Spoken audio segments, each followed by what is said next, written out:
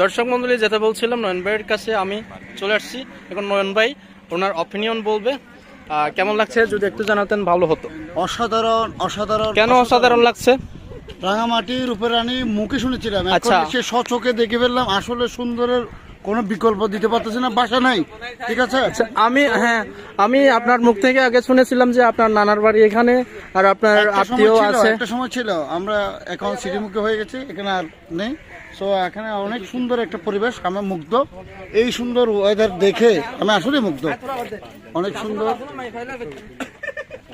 হ্যাঁ, কেন সুন্দর লাগছে আপনার এই জিনিসটা? এখানে আগে কি কখনো দেখেন নাই? পাহাড় আছে, আবার নদী লেক আছে, রিসোর্ট আছে, খুব সুন্দর পরিবেশ। আচ্ছা, জলপুরি আছে? জলপুরি গাছের আগায়?